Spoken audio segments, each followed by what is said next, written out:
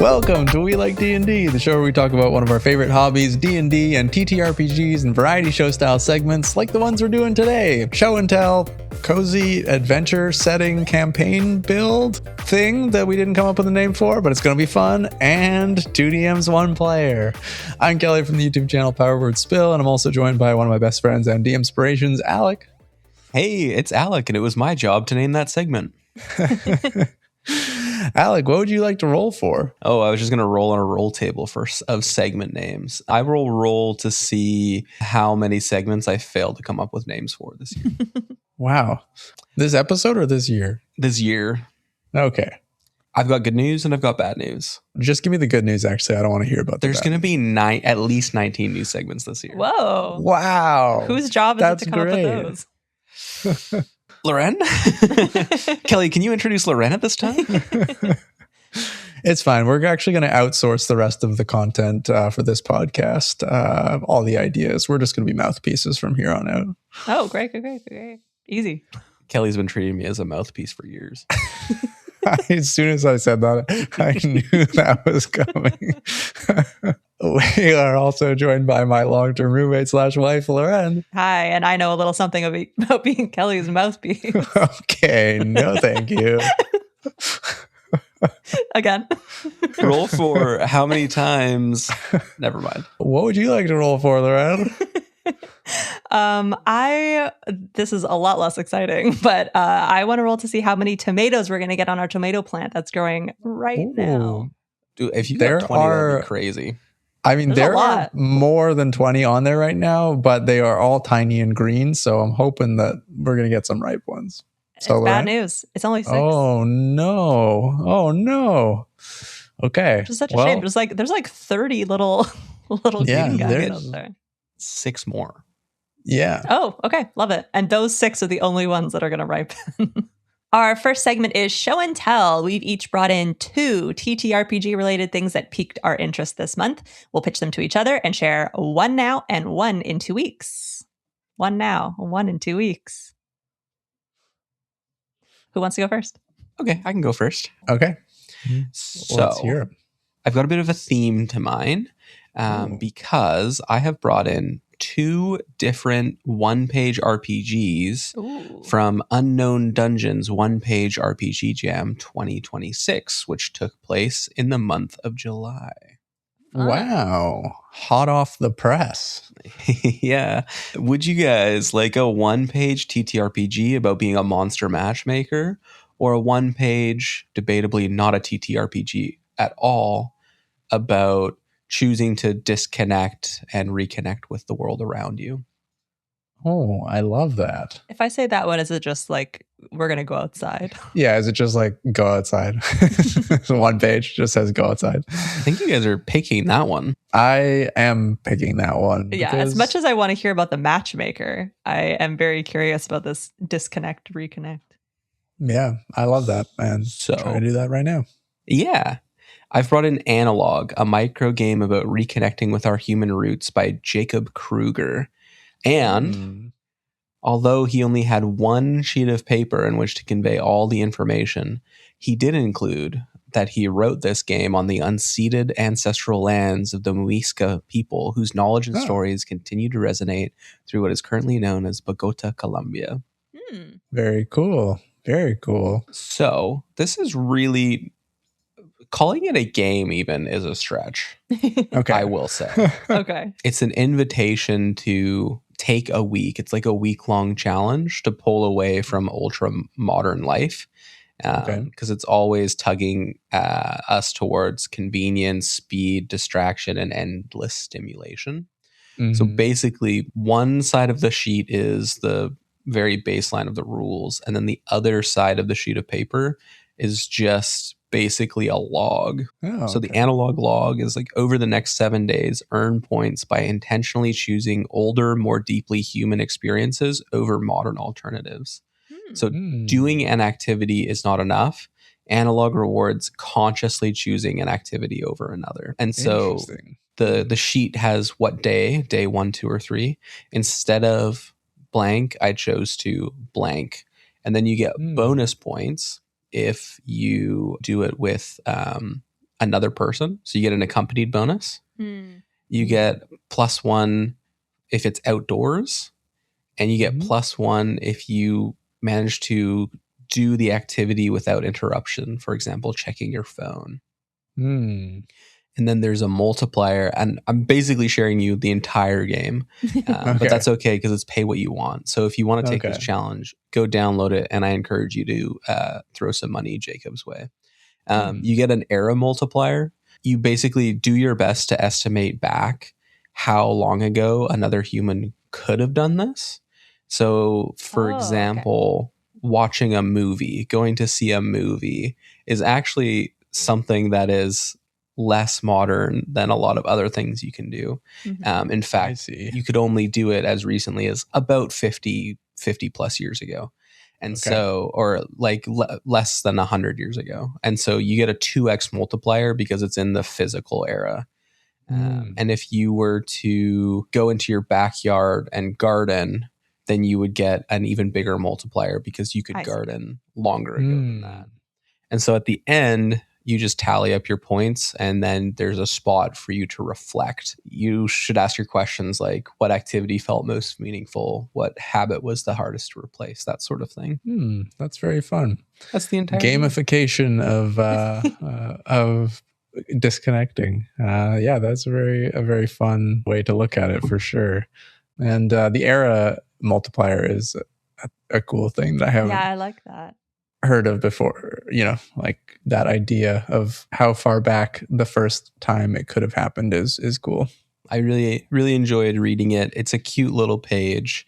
And I was just really excited to share something from the one-page RPG jam. The idea of doing that with your friends is really funny. Like challenging your friends to do that. The idea of that is very funny. Like, I went outside and just like read a book on a picnic blanket. Like, how many points did you get this weekend?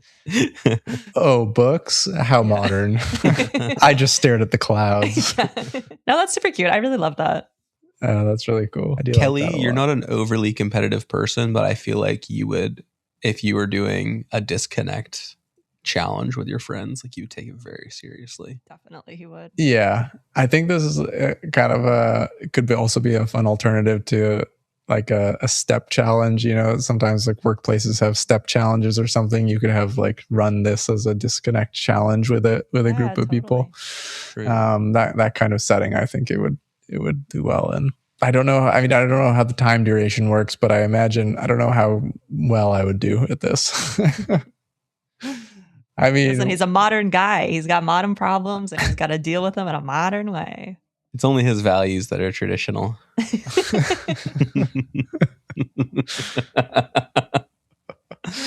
Yeah, I don't know. I'm just trying to think of the things that, I guess gardening, could go out and do some gardening. I do a lot of walking with my dog, so that's pretty, that's way back there. Just walking around. Remember, you have to choose it as an alternative to something else you would normally do. Oh, right. Yeah. Okay. Yeah, that is true. Yeah. I guess I could garden instead of playing on my Steam Deck. Just out there at 9:30 at night, just headlamp on, candle out there maybe. No headlamp. Yeah. Reducing the foot candles of your light source just to get that extra era bonus. Yeah. Power gaming, the disconnection is really funny. But honestly though, you could get so many points if you went and cut down a tree branch, wrapped it in a resin-soaked cloth. True. Yeah. True. All of the True. ripping the cloth, that's kind of an activity. If you were to collect resin or pitch, that would be another activity. Yeah. This weekend, instead of going clothes shopping, I made a loincloth I just killed a deer and made a loincloth. There you go. And the loincloth was made out of linen. The deer's life was forfeit for no reason. Yeah, it was just there. I just thought I could get another era bonus. Yeah. This is worth something, right? Instead of preserving life, I killed the deer. Era bonus 5 times. I did it outdoors. I didn't check. But I my hit it phone. with my car though, so I get that was reduced.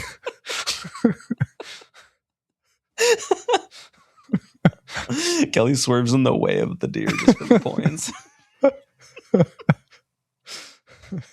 It was a Babe, car my with a hand bonus. crank engine, though. So Yeah. Anyways, that is really cool. I like that a lot. And last thing I will say on that is just in your introduction of it, or I guess Jacob's introduction of it, with you mentioned something about friction and like bringing back friction, and that is something I have been thinking about. Is that everything in our lives is just we're trying to constantly make it easier and easier and easier, but sometimes sometimes there is joy in the friction, not sexual. And like Loren and I have been doing, which is a little bit pretentious hipster, but we've been doing film photography a little bit. And yeah, just the idea of this process, it's like you take the picture, you don't get to see what it is. You have to wait till you finish your roll, get it developed, comes back, and then you get to see the pictures. And there's like some extra enjoyment I find in that friction and that delayed gratification. This is right on my alley. Been on my mind a lot. And I've just been thinking a lot about friction. Loren, would you or me? Yeah, I can go. Okay, let me pitch you. We should save mine for last, anyways, because it's pretty banging. Good. Okay. Yeah. All right. I'm going to pitch you on a game marketed as the world's smallest TTRPG, or a collection of homebrew monsters for anyone looking to spice up your average underground dungeon rat encounter. I'm like, I really like those compendiums of monsters or like ancestral weapons and stuff like that. But I'm so curious about the world's smallest TTRPG. Me too. Tiny RPG. Okay. All right. I love a tiny thing and an efficient tiny thing. Never mind. I won't say what I was going to say. Okay. Yeah, no takers on that one, huh? Self-love, huh? Self-love. Tiny friction. Little teeny tiny friction. Okay. This is Household. It is a TTRPG by Two Little Mice. That's the name of their little, nice. Yeah. Okay. I can't remember if I said this when we were playing Nimble, like if I said it on the pod or if I was just saying it to Kelly. For some reason, I had it in my head that in Nimble, you were playing like borrower-sized people. Obviously, that was not the case. But this is a TTRPG where you play little tiny like borrower-sized people. Like, yeah. So I feel like fun. This is like if you're a fan of the Borrowers, if you're a fan of what's that? The Secret World of Arrietty, the Ghibli film. Yeah. It's like very similar the Indian to that. In the Cupboard. Yeah. Yeah. Is that just me? Okay. Cool. No, yeah. Yeah. We watched that. Yeah. I haven't, like, I don't remember really anything about the Borrowers, but I remember being obsessed with the concept. Like, that's so, I was drawn really into it as a kid. Yeah, me as well. Just like the fact that they use like paper, they used a paper clip as a zip line and like a thread or something. Yeah. I was all about it. Okay, so yeah, this is like a TTRPG where essentially you are playing a borrower-sized being.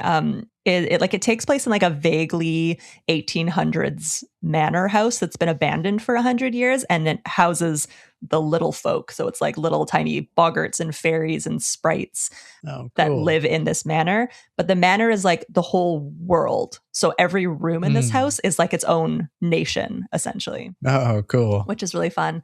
When you're a player in this game, you are a littling is what it's called in the quick start guide. There are beings of the little folk from European folklore, and you just like go on adventures through the history of the house. Yes, Alec, question. I was just gonna ask, is the European nation inspired nation in the bathroom? No, I don't think that comes up. Oh, shucks. Yeah, so basically they have there's a lot of lore in this document. So I found this on Drive-Thru RPG.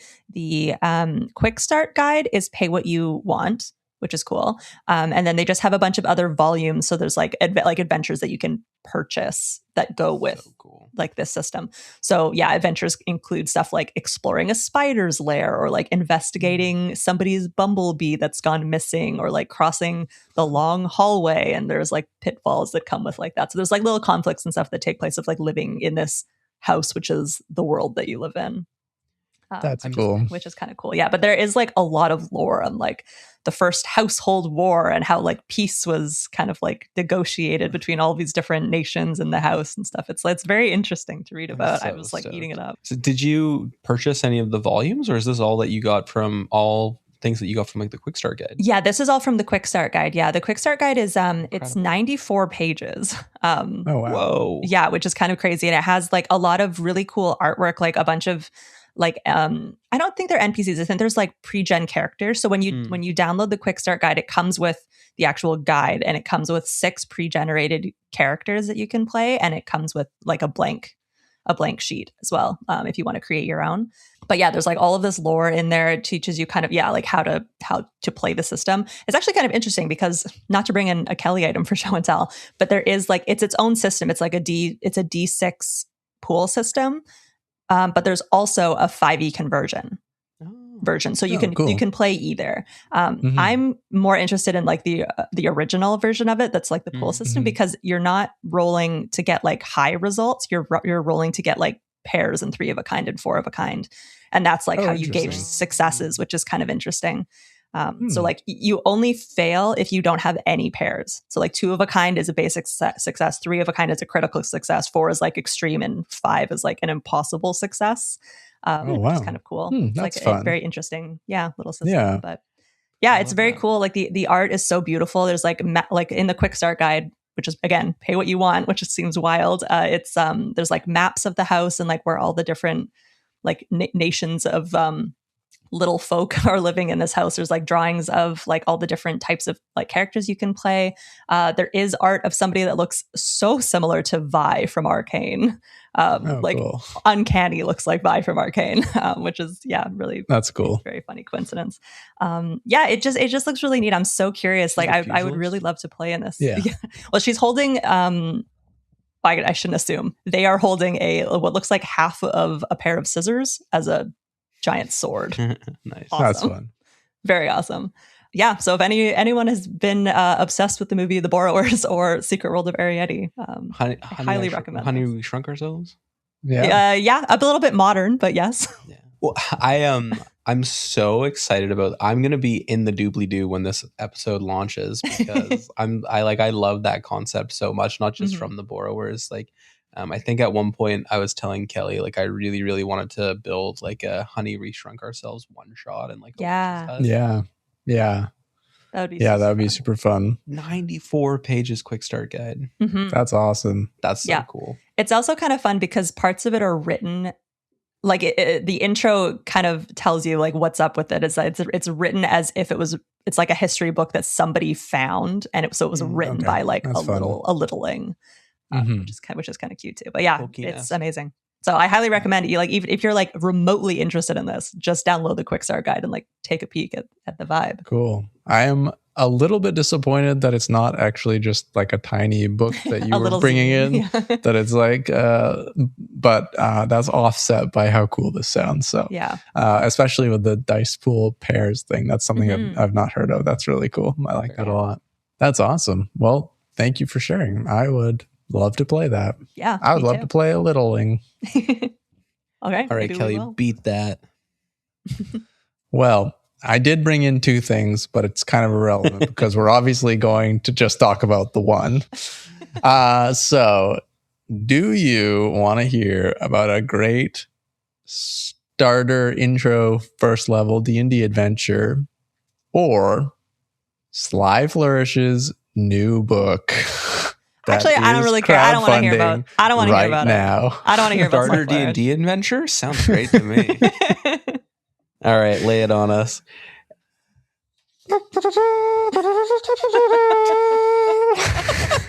Imagine if we just like hadn't We were like, no, I don't want to hear about that at all, actually. And he just was sitting there with that sad little prince. I was really worried when you were doing this that you were about to pull up by the hair, Sly Flourish. I got him, you guys. I caught him. Oh, I caught him, and I have him. His disembodied, his head, just his head.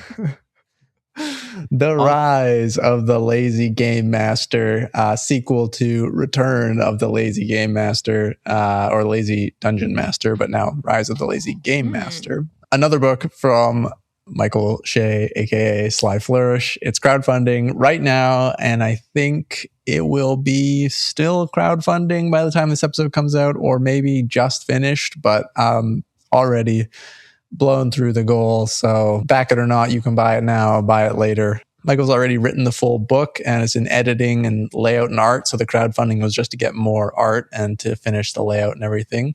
Basically, it's just an updated version of his whole philosophy of the 8 steps of the Lazy Game Master.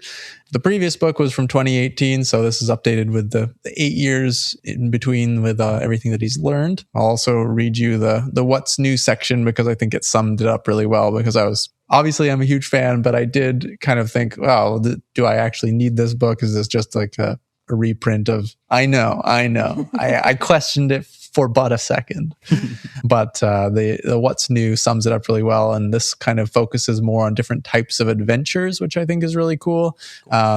And some different things. So on the back of this, I have the full table of contents. There is a one-page PDF preview, PDF preview that is 36 pages on the Kickstarter that you can download, which is a huge chunk of the book already, which is awesome. So even if you don't want to back this, I would absolutely go ahead and download that PDF, because it contains nicely organized 8 steps of being a lazy DM, and then into some of the newer stuff as well. But some of the stuff that I thought stood out to me, which was cool, is quest models and types of quests. So he kind of goes into different styles of quests and scenarios, and then as well like styles of adventure types. So he's got tips for each adventure type. So scene-based adventures, dungeon crawls, infiltration and heists, investigation and mysteries, downtime adventures, overland exploration and travel, roleplay and intrigue adventures, combat-based adventures,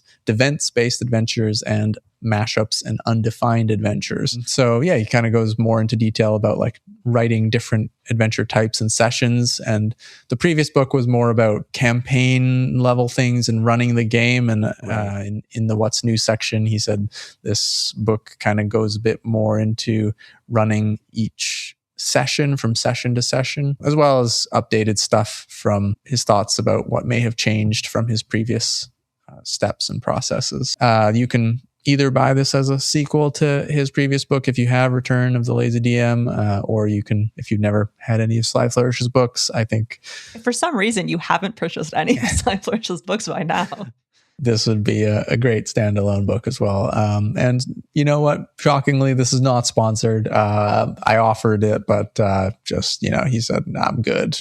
We're already fully funded.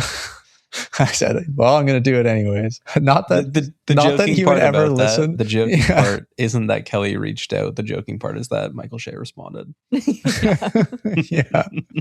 That you somehow have a direct line to Michael Shea and he responded. Yeah. Not that Sly Flourish would ever listen to our podcast, but if he ever does, he's going to be like, what is going on?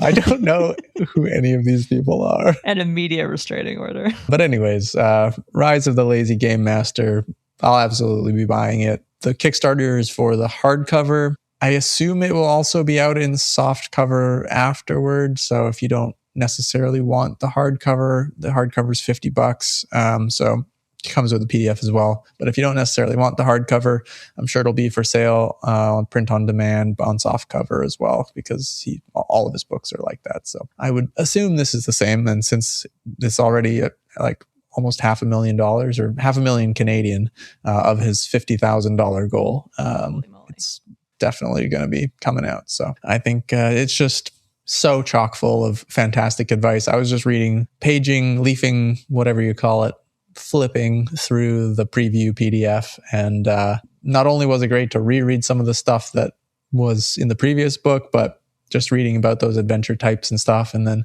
there's also some things in there about running and maintaining a group that I thought was also insightful. So yeah, just in the few minutes I spent leafing through the preview, I already got value out of it again, which is just a testament to how value packed his writing is. So I don't know, what else I can say that I haven't already said, but just buy the book. It's awesome. Just buy Sly Flourish's books. You won't regret it. I'll tell you what, Kelly. I've listened to your advice. I've actually, while sitting here listening to you tell me about it, I've gone and backed it. Okay. So you hear that, Sly? At least one referral from me. So I don't know if that changes how you feel about coming on the pod. Maybe you will, maybe you won't, maybe you definitely will. I don't know. We'll see. Maybe we can hang out. I don't know. Whatever. You're coming on a little strong, babe. Okay. Yeah, no, it's cool. I'm easy. I'm breezy. That's my show and tell. That wasn't the one I wanted to hear, but that's fine. Yeah. So anyways, we picked the intro. I'm glad you recorded this for next week, but that segment was brought to you by the world's smallest TTRPG. The world's smallest TTRPG. It's not the size. It's what you do with it. That's what they keep saying, but I don't know. I think the size has a little something to do with it.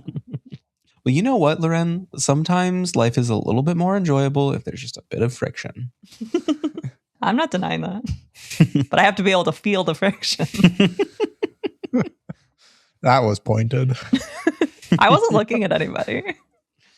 Now it's time for a segment we're calling We're Taking 30 Minutes to Build a Cozy D&D Adventure that we want to run an actual play campaign in. Let's workshop that name. I did my best on the segment name, you guys, but I feel like we could probably button it up a bit. What do you guys think? Yeah, let's take 30 minutes to do that, actually. Okay. Let's go 30 minutes on the clock. We've never titled anything in that short amount of time. No. Would you believe it took us 6 years to come up with the title of our podcast? We Like D&D. Yeah, and you know what? In hindsight, we probably didn't have to contract BDO to help us with that. It cost $40,000. Uh-huh. That wasn't even for the logo. That was just the name. So yeah, we would love to play some more D&D actual play stuff, and I asked Alec and Loren what they would be most interested in playing, and they both simultaneously said some cozy D&D. So we are going to try and build a cozy little adventure setting, a kind of a home-based town that some adventures could take place in and where their characters can be from. And this is going to be pretty organic world building session. I just thought it would be really fun to world build with my players, and I think that's a great way to get them invested immediately because they're helping to build this world. B, it's their hometown, so instead of them having to ask me questions about their own hometown, they are intimately familiar with it, and obviously they always have full creative license to just invent stuff on the fly, but just being familiar with it from the get-go because they helped build it. And C, it helps me define what they think cozy is and what they would like to interact with. Because I think obviously we've been playing together for a long time, and I have a pretty good idea of what you guys like to play and interact with. But if you guys are pitching things, then I'll know for sure that it's something you're interested in interacting with. So yeah, this is going to be pretty freeform and collaborative, and then by the end of it, hopefully we'll have a little cozy town or adventure kind of starting area with some interesting characters and flavor that then I can take away and put some little tasty secrets behind all the little plot hooks and that you guys can go and explore. So to start with, I figured that we could come up with a thing for this town. I don't necessarily want to call it a gimmick, but maybe that is the word. It kind of seems like in a lot of fantasy locations or fantasy towns, like in the Shire, I would say their thing is they live in holes in the ground. And in some other towns, like in the Daggerheart Starter Adventure Village, they live in a forest of giant trees, and their tavern is built up into the tree and stuff, and they live in the trees. So yeah, do you guys have any thoughts. And I was thinking as well, like, there's no reason that this has to be small potatoes. It can be, if you want it to exist on a floating island in the sky, if it sits at the base of a giant waterfall. What comes to mind when I think of cozy, I just automatically think of the Shire, but I'm actively trying to not just build the Shire. Fair. That's funny because when I think cozy, I think Stardew Valley. That's just like intimately familiar. I would say, with like Pelican Town in Stardew Valley. So it was really hard for me not to like, oh, we should just do like everything that happens in Stardew Valley. And that's a cozy little setting. So do you guys, what's the first thought that comes to mind when you think cozy, Alec, as far as settings or like? So I don't know that, like, because I'm a huge fan of Lord of the Rings and Stardew Valley. I think those are probably acceptable answers, but the thing that actually pops into my head is I talked about it on the pod once before. It's a novel series called The Vampire Knitting Club, and it was the first thing that explicitly told me that it was a cozy setting. And so for me, it's like always the first thing I think of when I think of cozy. Cool. And I think that does inform like my feelings of cozy, because like to me, like a cozy setting has people sitting together, knitting or crocheting, or they're all working together to can or jar their fruits for the year or something like that. It's like cozy is community. Yeah, totally.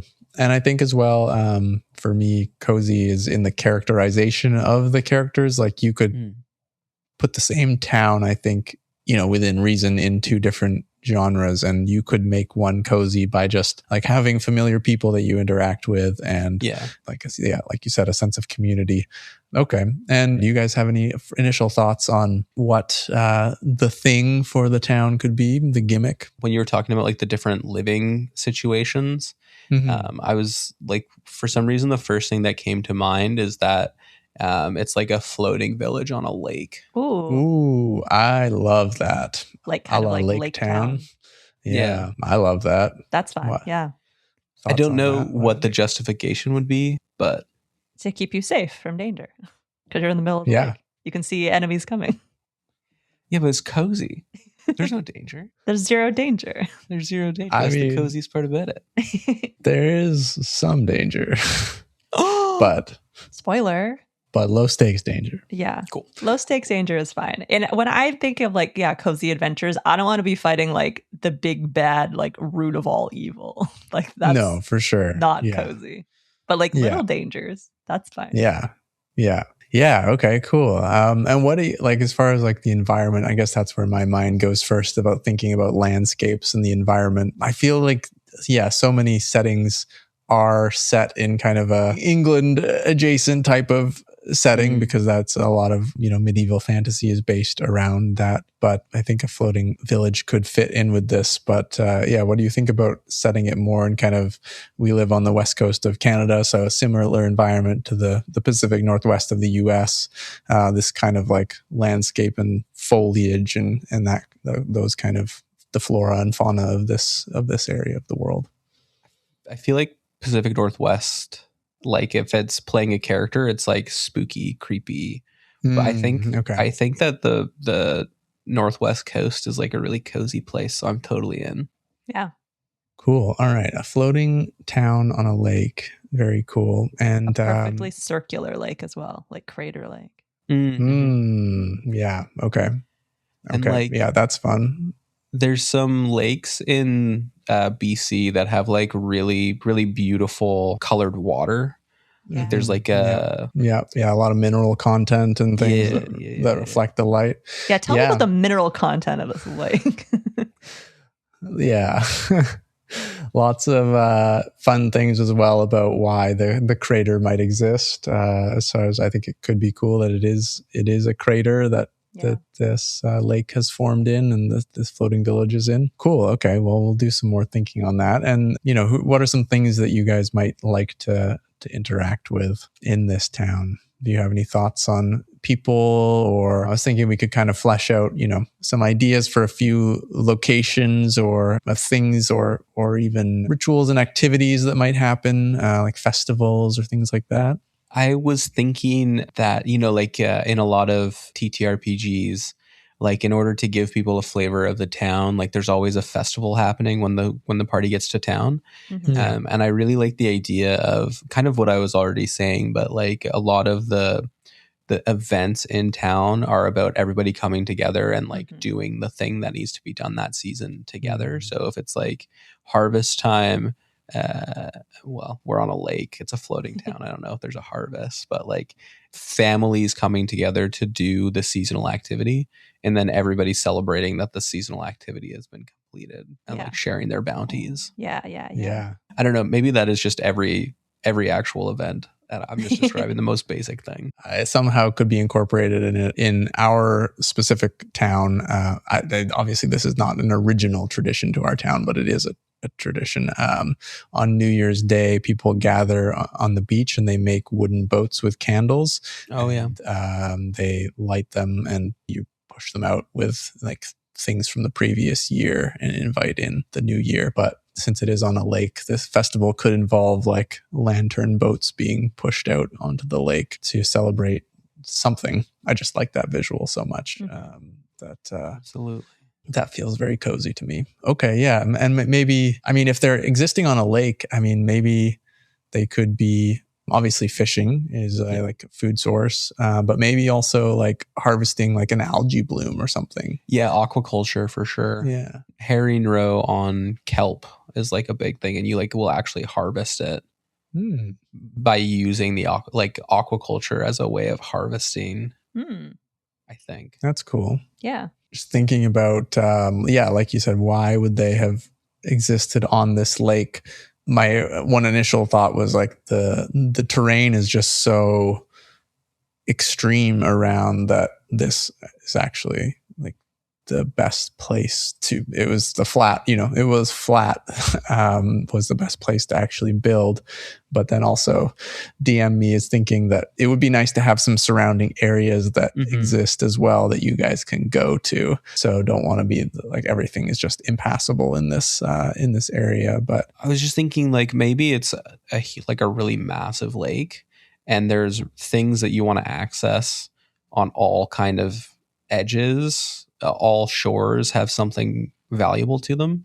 And so like it's just kind of the hub, and the idea is that you could take the road around the lake. There is a road around the lake, but you're cutting down your travel time by like a ton by like boating across the lake. And so people just started, maybe there was like a checkpoint, a floating checkpoint that someone had managed to put together, and then it got built on and built on and built on, and all of a sudden people are actually just living there. Yeah, that gave me an idea. Like maybe it is, because I was also thinking it would be cool that it exists at some kind of crossroads, because lots of opportunities for interesting people to be passing through and things to be happening. But maybe it is a floating bridge across the lake, and like and people have built out like essentially from this floating bridge establishments, because again, the terrain around is difficult to build on, but and either side, there's river inlet and outlet on this massive lake. Not super practical, but it's also a fantasy world, so it's okay if it's not totally logical. But yeah, I like the idea of this kind of hub being built at the center of the lake. So yeah, maybe a floating bridge that connects the road on either side of the lake, and then the town is this kind of central hub in the middle of the lake floating. So they could also have access to grains and other supplies from other places. And I guess the celebration could also be about the thaw. Like if presumably the lake freezes over and then thaws, and like more access to fish and stuff in the springtime, like a spring festival. There's definitely like a piece of oral history that could be there for, I'm thinking about your lantern boats piece. That the thaw was the time of year, like back when, before community in the area was well established. It was like as soon as the thaw hit, people would be going out and exploring the waterways to find like the next big thing. And it's a huge part of like the past culture of the people who grew up in these lands. And so while people live pretty static now, they pay homage to the idea, like Moana. Yeah, but symbolic instead of hiding exploration. it's like a symbolic exploration. Yeah, that's very cool. Yeah, I like that a lot. Yeah, do you have any thoughts about the types of people that you would like to interact with in the town? And I guess as well, do you have any ideas about how this town is? Is it like a mishmash of kind of like D&D races, like all kinds of stuff? Or is there like a predominant D&D species, but with other species mixed in, or how do you envision? Or is it like anthropomorphic, cozy animal anthropomorphic kind of thing? What are you guys thinking? Did you have any thoughts, Lauren? I didn't have any initial thoughts. Probably not anthropomorphic. Cozy little animals if we're floating in the middle of a lake. Okay. I was thinking maybe like a primarily human, but with like a smattering of lots of other people. Yeah, cool. Peoples. Yeah, existing at a crossroads would certainly have that opportunity for sure. Do you guys feel like, I mean, obviously we haven't talked about characters at all, but like when you imagine just sort of like existing in this world, do you feel like you would play a human or some other Probably, species? I was thinking human, yeah. Cool. And what kind of people do you think would exist in this community that you would like to have? Is there, like someone that your characters would go to for advice or wisdom? What does that character look like? So I was kind of inspired by, and the inspiration doesn't make sense, but I was kind of inspired by the Mighty Ducks. Whoa. There's a Lauren's on board. I think the guy's name is Hans. He's the guy who works in the skate shop. Yeah. And Gordon Bombay goes and gets his advice. And he's just like standing there like sharpening skates while like giving him sage advice. Mm-hmm. I was imagining that like in this cozy village, there's like one like real old witch or wizard. Mm-hmm. I was thinking witch who is like they retired from adventuring so long ago. Yeah. But the thing that they really enjoy doing is baking. And so they run a bakery, but that's like the kind of place, it's like one of those community hubs other than like the pub where like people hang out. And they will go to the witch with their problems and she'll, feed them like a concha bun or something like that while hearing out their problems and usually coming up with non-magical solutions. Yeah, I love that. Cool. Okay. I love that. Yeah. What about you, Lauren? Okay. Also inspired by Stardew Valley. I really like, well, in like the like older versions of the game, but also like the newer updates, there's two people that kind of come and go from town. There's like the traveling cart person. I always assumed it was a woman, but I don't know for sure. I always refer to her as the traveling cart lady, but I guess I don't know. She's got earrings, I'm pretty sure. Okay. Well, the person who's like the traveling cart salesperson, who like comes and goes, and they appear in town at a certain spot. Like I think it's 2 days a week, like specifically 2 days a week. Yep. And then in the newer update, there's like a traveling bookseller who comes to town. Really? Who sets up, like behind Joja Mart. I didn't know. Yeah, but they like come to town very sporadically. But I feel like that would be kind of fun to have somebody who like comes and goes from the village to like bring things to sell that they don't have. Totally. On the lake, I feel like they would have like really good stories. Whether or not they're true, I guess that would be up to us to decide. But I think that could be really fun. Kind of like in the beginning of the Wheel of Time, although that's the non-cozy version of that because the guy's really crotchety. Yeah, but he like brings news and items to sell. From far away. Yeah. But okay. And how do you kind of envision this person? Like if you were to like a characterization, are they even just generally like, are they, warm and inviting? Are they mysterious? Are they kind of brusque and standoffish? I think they're really, I imagine them kind of like Gandalf-y, where like kids really love this person. And they're like friendly to everybody, but like they really love kids. So they're like very friendly to like the kids, and they always like embellish their stories maybe like a little bit more and like give the kids like a little bit of a deal and like little things that they might be like, oh, I don't have enough money. It's like, oh, well, you're in luck because the price just went down today or like whatever. Yeah, that's fun. I like that. And the traveling cart lady, in my head it's a lady too. It's so funny. I was like, she has earrings, doesn't she? I'm a man. Yeah, I was gonna say, you have your ears pierced. But doesn't her cart get pulled by like a giant pig wearing a fez? Yeah. Yes. Is it wearing a fez? Yes. Are you down for like something like that? It's like a cart pulled by like a Well, it's a boat. It non-traditional has to be a cart boat, calling right? animal. Oh yeah. Well, it's a bridge. Oh, it's yeah, a floating true. bridge, Yeah. so it could be a cart. I guess, yeah. Okay, pulled by a giant hippopotamus, because then it could go in the water for either or land. purpose. It's a floating. Yeah. It's amphibious. Yeah.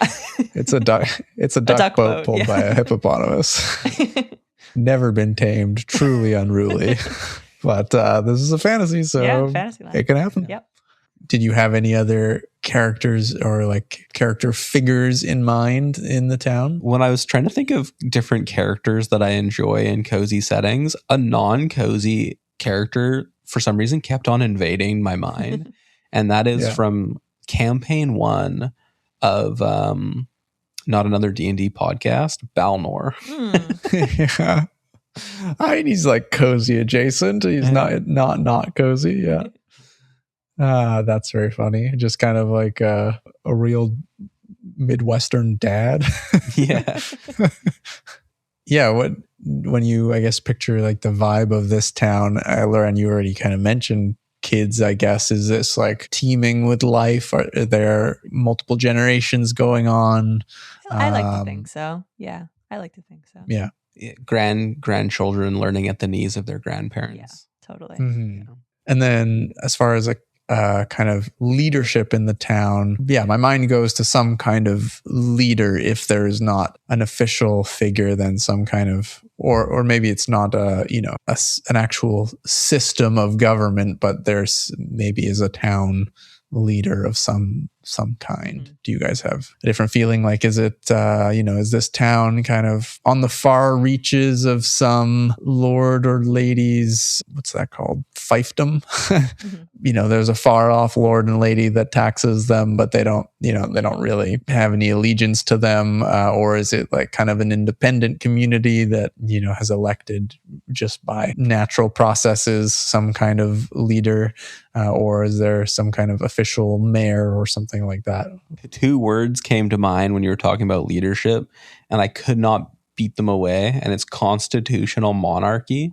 But I think it'd actually be interesting. I decided to let the thought wander, but it'd be interesting to have like a sort of hereditary leadership, but like where like if things were to get really dire, like this would be the person that would be looked to make the like a tough choice, but like really they look to what essentially is like an elected council, but not like formally elected. It's like there's like the person that all of the fisher folk tend to look to for advice on fishing. There's the person who cultivating of like the food crops on dry land, and like those people kind of naturally slot into their roles, and like maybe kids are kind of again informally like assessed and go like, okay, you're gonna go hang out with your auntie 4 days a week for the next 20 years, and like that's how they become the next leader. And so there's like kind of 4 or 5 folks that are kind of the unappointed leaders, and there is like an appointed leader who just kind of defers to them unless things are real rough. Cool. Yeah, I like that. Does that make sense? Mm-hmm. Yeah, I like that for sure. It would be nice for it to be a little more utopian than like capitalist Mayor Lewis from Stardew Valley. I hate that guy. I don't necessarily feel like, to me, cozy necessarily means utopia. Because I mean, I guess you brought up Stardew Valley, which I think is very much not a utopia, but it is cozy for you. War-torn. So I like to hear your thoughts on this, but I feel like there is a sense of community and there are friendly faces, but there are also, it's not like everything is all good all the time. There will be conflict. Otherwise, no story can happen. How do you guys feel about that? Yeah, I think that's fine. I guess I would like in my head, like still kind of picturing this a little bit like a nicer version of Lake Town. The guy who runs like the master of Lake Town, and then like the guy who is his right hand doing all the dirty work, they're like not good people because they're like stealing from the townsfolk. And they're like very like for themselves. They're not like there for the community. So I would love to avoid that as like a conflict. Like I don't want the conflict of this cozy town to be coming from like the leadership of the town, if that makes sense. So like that's what I would consider, I guess, like more utopian than whatever Lake Town and the Hobbit. Right. Yeah. I mean, also Lake Town is very bleak. Like I mean, essentially like refugees from a dragon torn attacked city of Dale. So this is like for sure. That is our 30 minutes on the clock. So, but briefly, that does segue in. I'd love to hear your thoughts on what kind of adventure hooks you guys feel would be cozy. Or just like you don't have to have thought about what that adventure would look like or anything, but just like what kind of hooks would you be interested in playing in this style of campaign? Off the top of my head, I don't know why this feels cozy to me, but some sort of like monster living in the lake or monster that like comes to live in the lake could be kind of fun and interesting. Again, I don't know why that is cozy. It just like I can see it in my head as like a cutesy little art style of like, ooh, little monster living in the lake. Yeah, I think as well, like the coziness comes a lot from, well, I think the stakes of the problem, but then also how you guys go about resolving the problem. Because like, if you chop its head off, I mean, could be, but maybe we just befriend the monster and it wasn't actually a monster. It's just misunderstood. But I also don't think it has to be like non-combat, necessarily. Like you could fight with it and then or like figure out why it came, or I don't know, the choices that you make as characters, I think, define the genre. Right. Yeah, I know just some stuff off the top of my head, and you guys can let me know how it jives with you. I guess I see a lot of like, although Loren, I think disagrees with me, but I picture like a lot of the kind of plot hooks or mystery hooks from the Scooby-Doo cartoon as cozy things, because it always ends up being like, some guy in a bedsheet running around in a factory, but like something is happening, weird goo all of a sudden, like on the docks. What color is it? Or it's like fish stocks are disappearing, like, and like why? Or someone saw trees moving in the night, or saw something. Those kind of like kind of mystery, little like mystery adventure hooks. Yeah. How does that jive with your guys' preconception of what a cozy adventure might be? Yeah, I like a little mystery. I think that feels pretty cozy to me. I was thinking like it might be kind of interesting if you had some, like, I don't know if they had some sort of like annual tradition where they do like a race, like a boat race around the lake or something, and then one year like a bunch of people go missing. Like that could be maybe a cozy little mystery. Yeah, I think people going missing or even a murder has a lot of potential for like a lower stakes, cozier adventure. I also like the idea of like, I guess this is kind of Hobbit-esque, but like the idea that interesting times loom.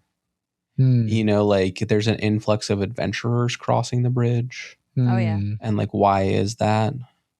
You know what I mean? Or like, tying all of those different ideas together is like, this isn't what we would play, but this is like the vibe is like, well, the fish numbers are going down, and it's because there's a monster in the lake, and the monster is there because it was driven there by adventurers who are off trying to solve this evil threat, and it's impacting us in some way. Do you know what I mean? Yeah. And so it's like, what are we going to do as a town to deal with this tiny little side effect of the broader conflict happening in the world? And then like some of those people, like the witch I came up with, you want to talk about friction. The best cozy settings, I think, are ones that were fought for, but that's a different story. You know what I mean? It's like the best piece is the one that required sacrifice because what you had to give up to get it, like that sort of thing. And so like, I think there's something to be played with there of like trying to solve things in a different way than the generation that came before or something like that. I don't know. Okay, interesting. And then, I mean, there's also obviously classic types of adventures where you're like helping someone do a thing where, someone in the town asks you to help them do something. Fetch quest or something like that.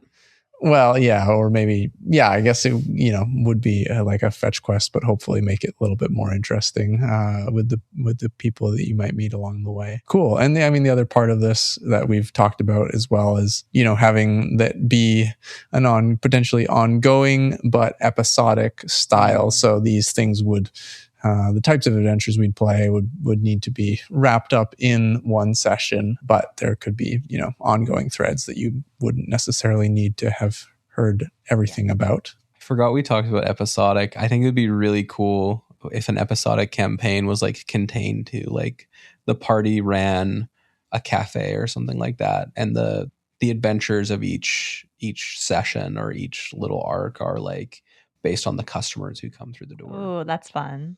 Interesting. Yeah. It's like a cafe, but you help them with their problems. Yeah. Yeah, you guys are the witch who owns the bakery, actually. Instead of being young upstart adventurers, you're old retired adventurers. The last thing, maybe you won't get a name today, but the last thing our town needs is a name. You have any thoughts about lake adjacent cozy names? I need a fantasy name generator. Bridgerton. Bridgertown. Perfect. Nailed it. Okay. Those people, if you're listening and you have ideas for this town, please let us know, because you've heard the name of this segment. The name of this town is going to be way too long. The floating town on the bridge of the lake. Yeah. Where it's too hard to build on dry land. Yeah. So many hyphens. So if you have any name suggestions, put them down in the comments, but we'll be thinking of names as well. I hope this was interesting to listen to. A little bit of freeform world building, very much just improvising and coming up with stuff together. I'm pretty happy with where we ended up. I think we created a cool little place with a unique flavor, a couple of interesting potential NPCs and locations and rituals and traditions that maybe will make an appearance in this actual play that I hope we will in fact run. We've not really played any cozy D&D, so I'd love to give it a go, and I think we'll try and take this adventure location for a spin sometime soon. Gotta hold you to that. Okay. But gently. Start thinking of your characters. I didn't say gently. That segment was brought to you by the Mighty Ducks. The Mighty Ducks. Quack, quack, quack, quack, quack, quack, quack, quack. Man, I would love if we were sponsored by the Mighty Ducks. I love that movie. It's one of my favorite movies of all time. Actually, I love all three of them. I love the second one is my favorite. That's the international one, right? Yeah, that one is, the third one is the weakest of the three. Agreed. For sure, especially because there's like the weird age gap. Mm-hmm. But yeah, the international one's great. Yeah. Our next segment is called Two Lazy DM Books, One Player. Two Lazy DM Books, One Player. Our game of our own device. No, our next segment is actually, as always, to close out the show, almost always, 2 DMs, 1 player, which is a little TTRPG, not the smallest TTRPG, but a little one, of our own devising, in which 2 of us take turns DMing in 1-minute intervals for 1 player. The little twist is both DMs are trying to get the player to say a secret word. If the player says the secret word on your turn, you get a point, but be careful. If you say any part of the word on your turn DMing, that is a -2 penalty. There's a little bit of admin we have to do to start playing this game. So the first question is, who's the player? I'll be the player. Kelly, why don't you be the player? Oh, all right. Kelly, can you send me the spreadsheet? Or we can just come up with one. Yeah, we can just come up with a word. Yeah. Okay. Loren, put 30 minutes on the clock and we'll come up with a word. Okay. And we might go over that. All right. Headphones off. All right. Get out of here. I have an idea for a word that's not on the list. Okay. Oh, he's covering his eyes. It's okay. Okay. Which is weird because he's never going to know if it's time. Either Sly or Flourish. I think Flourish. Okay. He's never going to say it. You never know. Okay. Let's do How Flourish. about Sly? Okay. Sly. Yeah, we'll do it. Okay. Okay. Okay. Callie. Wow, he was totally listening to us. He heard you. Little sneak.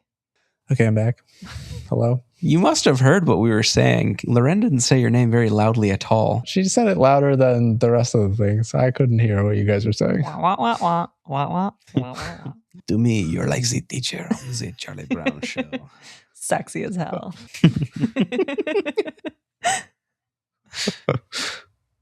Okay, next bit of admin. Kelly, tell us about your character and what they're doing. Right. You didn't think about it at all while you were... Do you want us to take off our headphones? Yeah, if you guys could take off your headphones and please close your eyes, that would be great. I am going to play Giorgio, the anthropomorphic raccoon man. Okay. Something shiny has caught his attention at the local market, and he is trying to nonchalant. No, we do markets a lot. Let's not do markets. Too many markets these days. You know what, guys? Too many farmers get up markets. off your soapbox. In the window of the local pawn shop, and he's considering buying it, stealing it. I don't know, Giorgio, you sly raccoon. Okay. Last bit of admin. Loren, let's roll a d20. Low roll goes first. All right. I got a 10. I got a 7. All right. I've got 60 seconds on the clock. 3, 2, 1, go. Giorgio, you have been walking down the street, figuring out what you're going to do with the rest of your week, having just lost your job, and you see a shiny out of the corner of your eye. Oh, and what is that? What do we have here? Yeah, it's at Tiny Tim's Pawns and Trades. Oh, first of all, describe your character and describe the item that you see in the shop window. For sure. You see Giorgio, anthropomorphic raccoon. He is wearing a little fedora and a belt and nothing else. But it's completely normal because he's an animal. He's looking a little down on his dumps. Oh, sorry. He does have very shiny black leather shoes on, actually. Okay. So kind of like a business attire without the suit. Gotcha. And he's a little down on his dumps, down on the dumps because he lost his job, and he catches sight of a very shiny watch. Oh, what do? Do you head in the store? Man, I shouldn't be doing this. I just lost my job. I shouldn't go in there. Oh, I'm going in there. Yeah, he goes in the store. Okay. A little bell rings when you open the door, and the person, there's someone standing behind the counter. It's like a fox, and they're wearing actually the exact same fedora as you. Oh, how you doing? Oh, hello, sir. Tips the fedora. That watch in the front of and you got in the window there. How much for that beaut? Oh, they're like, I'm doing a bad job of it, but they're mimicking your speech exactly. Oh, this beaut in the window over here. And he like walks over. He's not wearing a belt. He's just wearing the fedora and nothing else, but it's not weird. And he comes over and he like picks it up and is like looking at it. And he's like, I don't know. Why don't you make an offer? What is this value shiny little watch worth to a guy such as yourself? Oh, it is so shiny. I'll give you 20 silver pieces for it. 20 silver pieces? I was born in the morning, but I wasn't born this morning. You making fun of me? Are you making fun of me? This is how I always talk. You making fun of me? This is how I always talk. I see you're copying the uniform. You're not even doing it right. First. You're wearing a belt. Where else am I supposed to put my belt buckle? On your tail, like a regular upstanding raccoon. You're not even a raccoon. What am I? You're a fox. I don't know what you're talking about, man. You want the 20 silver or not? Okay, and then a door, like on the other side of the counter, opens and you don't see anybody, but you just hear, "Hey, Mario, your lunch is ready." and the fox is like, okay. Who's back there? That's my wife. Oh, I didn't notice That's until my right wife. now. Don't worry your hat's about it. all red. He pulls his hat. It is red. It's a red fedora. And he readjusts the hat and he's like, "All right, I gotta close for 20 minutes. It's lunchtime, okay?" So you want the 20 silver or not? Listen, I want you to think very carefully about what you're offering for this very fine piece of jewelry here. It's scratched. It's scratched right there. I think you did that when you just picked it up just now. You know what? I don't need this. I just lost my job, okay? I leave. The bell at the door rings again, and you hear, "Wait, sir, did you say that you lost your job?" And what comes out, you see the person this time, and it is a mink. Oh my. Wearing the same fedora, and they're wearing a very similar belt buckle to you, but on like a string necklace. I couldn't help but notice your style. Yes, I've been working on this for a long time. I've got a sort of a je ne sais quoi. Don't I know it? You cut a fine figure. Are you looking for perhaps more work? I mean, depends. What are you offering? Well, signing bonus could be perhaps a shiny watch, only one scratch. Did this person come out from the back? Yeah. From where the person showed? Yeah. Okay. So I guess it depends what the offer is. What do you? Okay, I can't do a French accent. It's okay. I didn't do a French accent. I have an idea for a series of books that teach people how to run games better. But I'm no good with words. I really need someone to put pen to paper. Is that something that you are good at? Writing? Yeah, I know my letters. All right, why don't you come back here and we'll give it a shot. Yeah. You know what? I love telling people how to write games better. And sorry, he's leading you back. There's you're going down a set of stairs, not into a basement. It's still very bright down here. Before I leave the upstairs, is the watch still? What happened to the watch? Okay, so that is time. You did say the word once. Uh-huh. Oh, did I? Before we started playing. Okay, and what was the word? So based on where Loren tried to very quickly veer it in the last 15 seconds, can you guess if she was going to ask you to make a pen name for your raccoon? Which is where I was leading. Okay. Could you guess what one of the two words could be? Rocky raccoon. Why don't you pull up that sheet of paper? Da, da, da, da, da, da. It was Sly, as in Sly. Sly. As in my Sly raccoon. Yeah, exactly. Your Sly little raccoon. Good. Well, sorry. I don't know how you guys were going to get me to say that word. That is tough. Well, foxes are known to be kind of sly, so that's where I was going with that. And then, you thought I would have just been like, you sly fox. Yeah, or something. Or I was going to introduce another character to be like, oh, don't trust that guy. As soon as you aborted the character that you came up with, I knew I was going to bring it another character, and my goal was no longer to get Kelly to say Sly. It was just to keep introducing another person. 2 people every time, yeah. How many people are back there?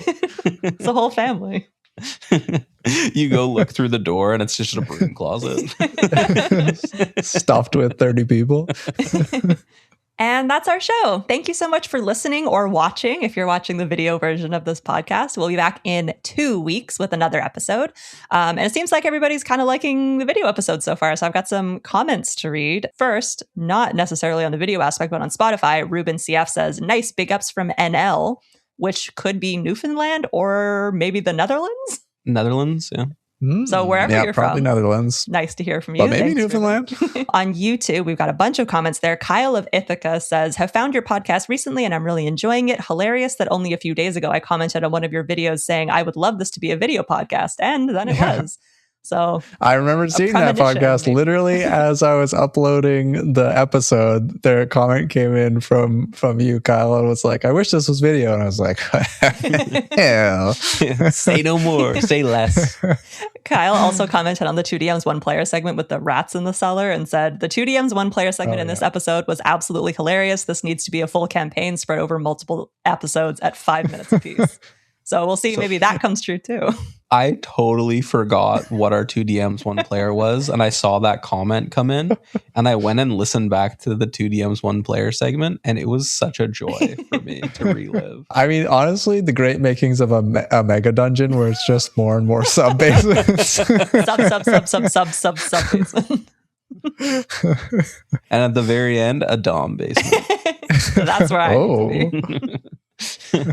Jinkster DM says, so many beautiful faces. Please let this be the standard for this and all power words spill. You guys are the best. Thanks very much, Jinkster DM. That's very kind of you to say. Ironside 783 and Solar Sunburn both commented that they loved the new format, so thank you both. And Ironside also commented congratulating Alec on his engagement, which is very nice and still very exciting. Congratulations. In response to my Ent Druid homebrew subclass from Show and Tell, Mike MU7TK says, Laser Llama rules. Their ability to engage with artists to create their work is also damn impressive. Their animal compendium lists 58 separate artists, which is very cool. I don't think I've seen the animal compendium. That's super cool. That is crazy. Mike also has a Dungeon Crawler Carl story that was at Alex specifically for you. Mike says, I was at ECC this year sitting at the tavern beside a couple folks that kept having people come up and talk to them. So I said, guess you're famous, eh? And it turned out to be Matt Dimon and Jeff Hayes. Together. And he says he hung out with them, had a beer. They're super amazing. I knew nothing about the series and I downloaded it, started listening to it that day. No regrets. Also, yes, Jeff needs to be Donut. You're absolutely right. Also, congrats. At least one more use for that suit, I guess, which was in response to you talking about your suit issues at the dry cleaners.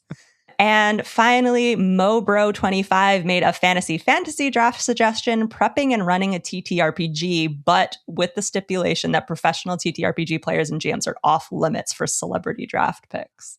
That could be fun. Interesting. If you can use magic things to run a killer D&D or TTRPG. That's fun. I like that. Yeah. Okay, we'll add that to the list. Thanks very much, Mobro25. Awesome. Well, thank you all so much for your comments. We really, really appreciate them. And keep rating the show on Spotify, subscribing on YouTube, and leaving us comments everywhere that it exists. We're going to keep doing video for I think foreseeable future. It's gone pretty well. Loren, the burden of editing video wasn't too terrible for Loren. So thank you for your work, Loren. We appreciate you. Thank you very much, Loren. I have nothing but nice things to say to you. And no, that's not true. I have just a couple. Okay, we're out of time, actually. Thanks, everybody, for listening. We'll catch you in 2 weeks. We appreciate you. Bye. We appreciate you. Bye. That segment was brought to you by Rise of the Lazy Game Master. It's on Kickstarter. Go back it right now. This is not sponsored, but I am telling you to do it. Yeah, this segment was sponsored by Power Word Spill, whose message is go and buy The Rise of the Lazy GM. No, this one was sponsored by Kelly trying to gain Sly Flourish's favor. I feel like a dog with a squirrel because I don't actually know what I'd do if I got it. Yeah, if he reached out and was like, actually, emailed me and was like, hey, I love the pod, actually, I'd be like, oh no, I never thought I got this far. I don't know what to do now. If I was gushing about someone all the time on my podcast and they emailed and was like, oh, I love your show, my pain of them would be lessened. If they weren't like, hey, bud, can you cool it?